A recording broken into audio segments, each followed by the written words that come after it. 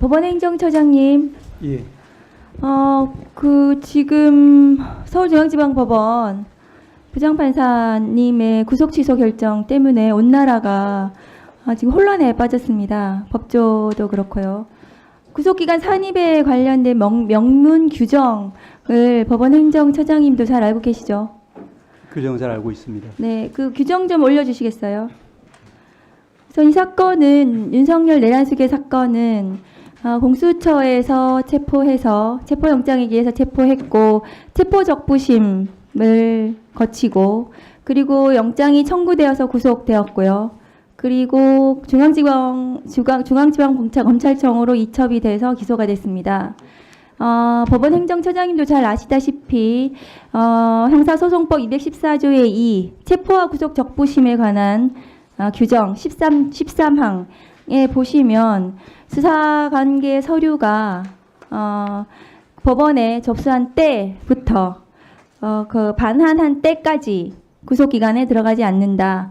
체포 시한 48시간에도 들어가지 않는다는 것이고 그 체포와 구속 적부심 이 기간에는 이 기간은 그러니까 구속기간 열흘 에 들어가지 않아서 이것이 더 추가해서 구속기간이 계산이 된다는 것은 대한민국 형사소송법 71년 동안 2,300명의 검사들이 그리고 법관들이 이 규정에 기해서 영장을 청구하고 발부하고 해왔습니다.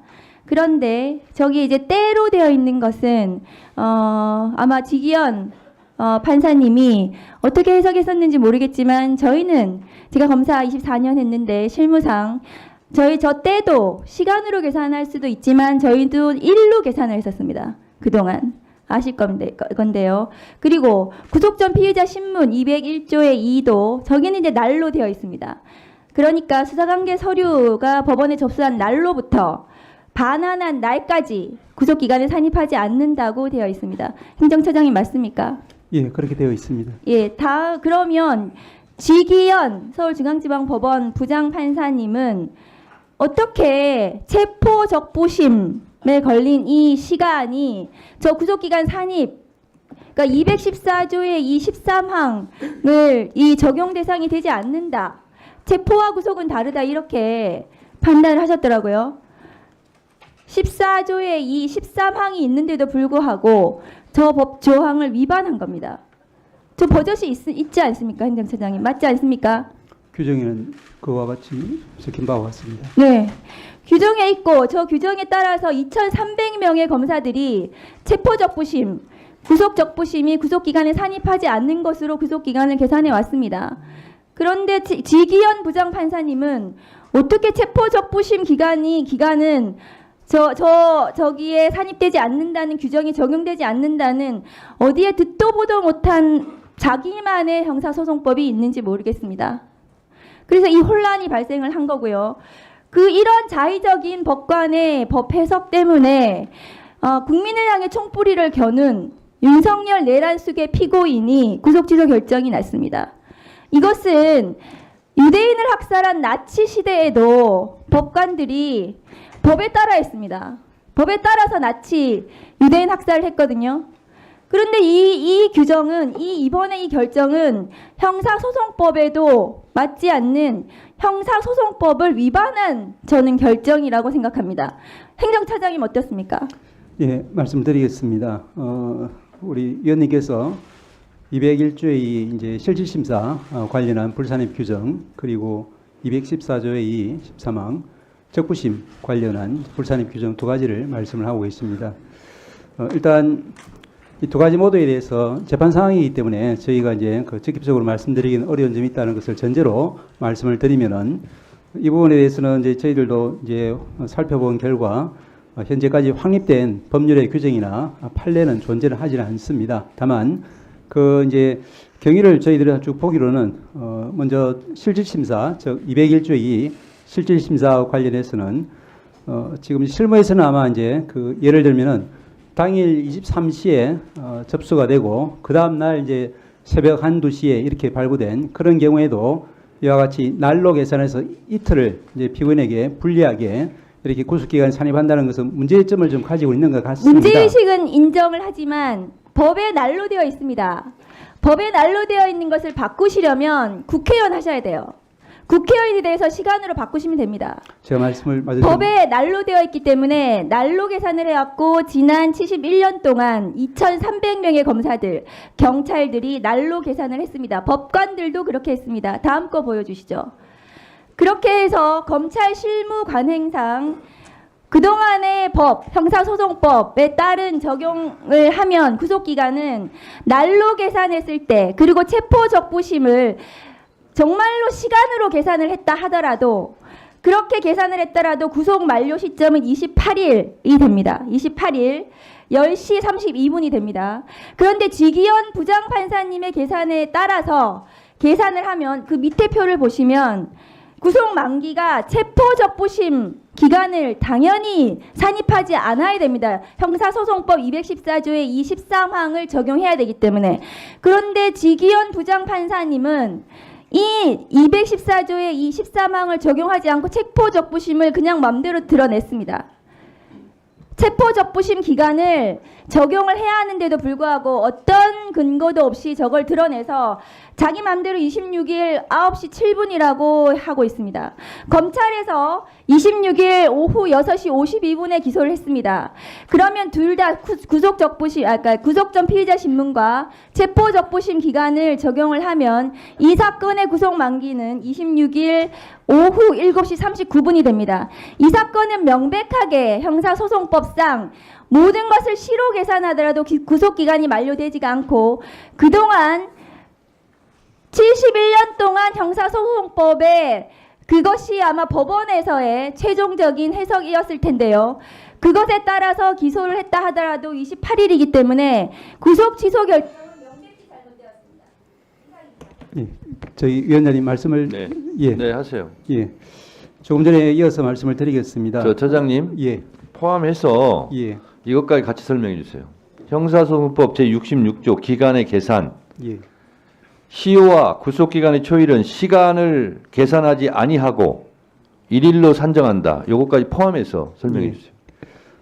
먼저 말씀드린 것처럼 이제 실질심사 기간 불산입 관련해서는 학설에서는 이제 주석서에서는 이제 실무와 같이 실무의 통상의 견해는 이제 우리가 확립된 판례는 없긴 하지만 이제 말씀하신 것처럼 이제 날을 기준으로 하는 경우가 많은 것 같긴 합니다. 주석서에서도 이제 그와 같은 설명은 확인할 수 있습니다. 그렇지만 이제 그와 배치되는 그와 반대되는 이제 학설도 저희들이 찾을 수는 있습니다. 그 이유는 기본적으로 이제 97년도 우리가 피의자 신청주의에 입각한 이제 영장 임의적 실질 심사가 형소법에 도입되었다가 2007년도에 필요적 실질 심사로 바뀌면서 그럼에도 불구하고 97년도에 도입되었던 이제 그 불산입 규정이 그대로 존치되는 것이 이제 좀 위헌적이다라는 그런 학자들의 지적이 있습니다. 그래서 이제 이와 같은 이제 그 규정, 불산입 규정은 위헌적일 뿐 아니라 그것이 이제 입법적으로도 개정이 되어야 되고 그렇지 않다 하더라도 현행법 하에서도 이제 학설들 중에는 법 개정 전에도 날이 아니라 실제로 소요된 시간만을 제외하는 것이 그 올바른 합헌적인 해석 방안이다. 이와 같은 견해로 주장하는 교수님들도 계십니다. 그래서 이제 이 부분에 대해서는 이제 그 현재 판례가 존재하지 않는 상황하에서는 이제 상급심 판단을 통해서 정리될 재판 사항이라는 것이 이제 저희들의 기본적인 사항입니다. 또 한편으로 이제 고려해야 될 부분은 이와 같이 이제 그 영장 서류가 법원에 제출되어 있는 동안 이제 그 구속기간이 불산입되지 않도록 한 그 취지는 영장 관련 서류, 즉 수사 서류가 검찰에서 법원으로 넘어감에 따라서 수사기관이 수사를 할 수 없게 되는 그 이제 불합리를 구제하기 위한 규정으로 설명이 되어 있습니다. 그런데 말씀드린 것처럼 이것이 이제 필요적 실질 심사 도입하에서는 이제 위헌적인 소지가 많다는 지적과 함께 또한 이제 현재 형사전자소송이 도입되면은 이 부분은 반드시 시정되어야 한다. 그런 취지의 결론이 저희들 이제 그 사법정책연구원 발간한 그런 책자에도 나와 있습니다. 그리고 이제 재판부에서는 아마 이제 그 실무와 다소 결을 달리하는 판단을 한 것 같지만 그렇지만 이제 실무 아까 말씀드린 것처럼 학설의 여러 견해 중에 절차적으로 가장 엄격한 그런 입장을 채택한 것으로 판단이 됩니다. 그리고 이제 잘 아시다시피 그 작년 연말 무렵에 그 별건 구속, 즉 이제 당해 사건으로 구속되지 않고 다른 사건으로 구속되어 있다거나 또는 다른 사건으로 이미 확정 판결을 받고 수용 중인 피고인에게 대해서도 그 피고인은 이제 필요적 국선 사유로 보아야 한다는 취지에서 종전의 실무례와 또 판례 해석론을 바꾸고 전원합의체에서 변경된 판례를 선고한 바가 있고 또한 마찬가지로 이제 그 전자정보 매체, 즉 컴퓨터라든지 스마트폰이라든지 이런 부분에 대해서 이제 피의자의 참여권 보장되어야 한다든지 그 부분이 더 나아가서 실질적인 피합수작에까지 보장되어야 한다는 취지로 판례의 법원 행정처장님, 예. 지금 처장님 설명을 들으면 예. 국민들이 더 혼란스럽고 헷갈릴 것 같아요. 그래서 제가 지정을 해서 알아듣기 쉽게 제가 말씀드리겠습니다. 형사소송법 66조 1항은 시간을 계산하지 아니하고 일일로 산정해라. 시간으로 계산하지 말라는 거고요. 구속적 부심은 날부터 날까지 계산하라는 거고요. 그렇죠? 나와 있죠, 이게. 그 규정은 그대로 있습니다. 네. 예. 이 규정대로 안 한 거고요. 또 하나. 자, 법관이 법과 양심에 따라 판결하라는 것은 법을 창조해서 판결하라는 뜻은 아니죠. 그렇습니다. 입법상은 국회에서 하는 거죠. 그렇습니다. 근데 왜 법을 창조합니까? 다만 저희들은 가능한 자, 현재 그리고요. 법관이 무오류는 아니죠. 그렇습니다. 잘못했을 경우는 잘못함을 인정하고 바로 잡아야 되겠죠. 그 말씀 맞습니다. 맞죠? 그 지부장 판사가 한 것이 무오류입니까? 말씀드린 것처럼 오류가 없습니까? 아니, 그 말만 답변을 하세요. 저희들 보기에는 여러 가지 이제 학설의 가능한 이론들 중에서 가장 자, 그리고요. 엄격한 입장을 처장님. 했다라고 보고 있습니다. 처장님. 예. 그리고 어제 대검에서 뭐라고 그랬냐면, 시를 이렇게 계산하니까 너무 혼란스러우니까 날로 계산해라. 대검에 또 이렇게 지침을 일선에 내렸어요. 뭡니까 그러면? 윤석열만 시로 계산해서 석방 탈옥시키고 지금부터는 그거 끝났으니까 이제 날부터 계산해.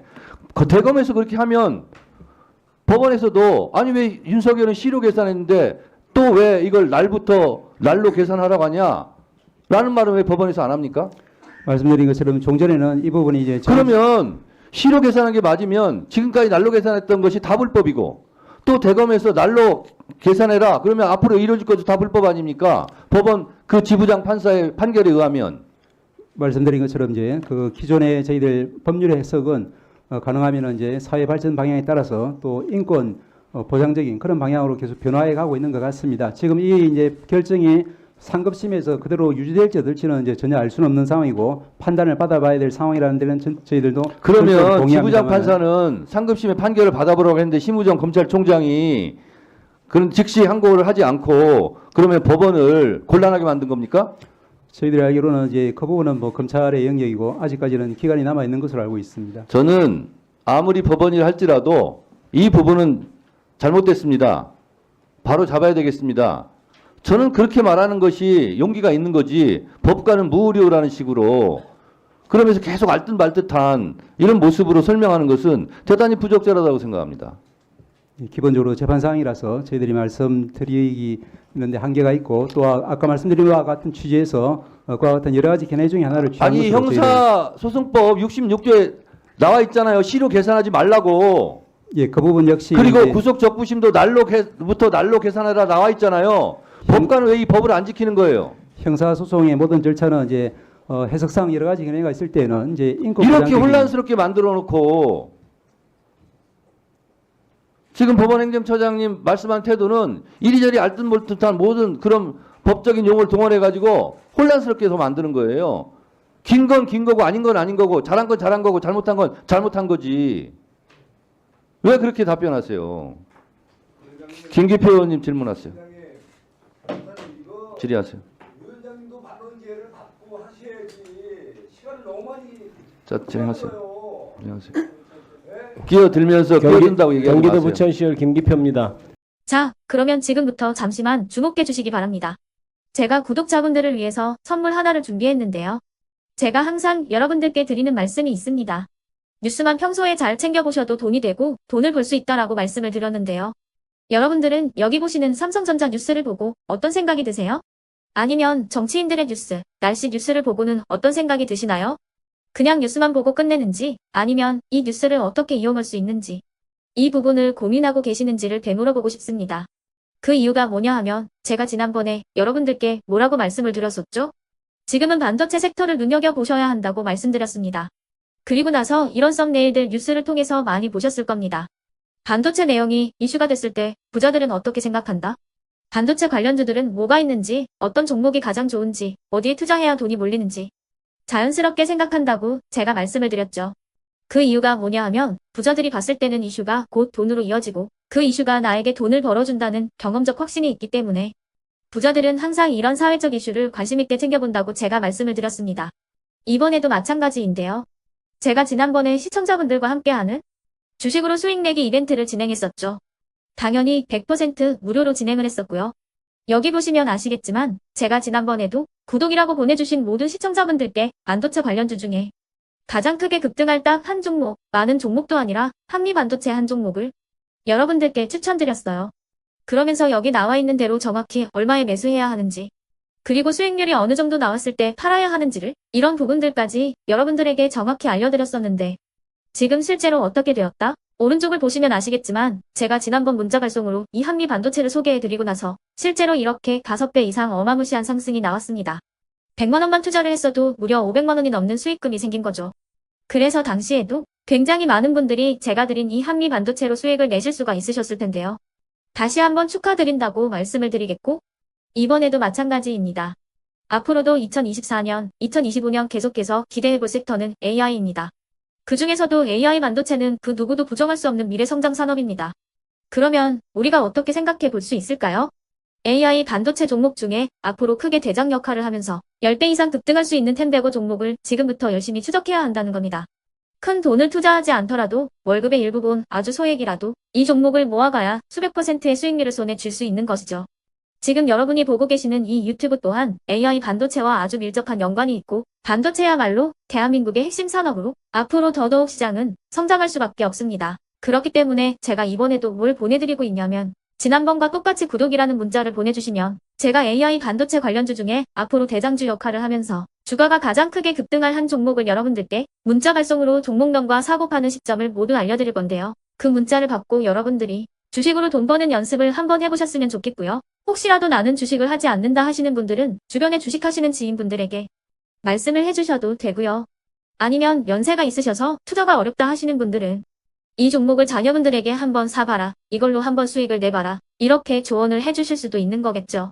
그래서 지금 이 영상을 보시는 시청자분들 중에 나도 이번 종목이 좀 궁금하다 하시는 분들은요. 누구나 상관없이 그리고 어느 시간대나 상관없이 부담없이 010-2514-5930번으로 구독이라는 문자 보내주시면 제가 이번에도 똑같이 무료 추천 급등주 문자를 보내드리겠습니다.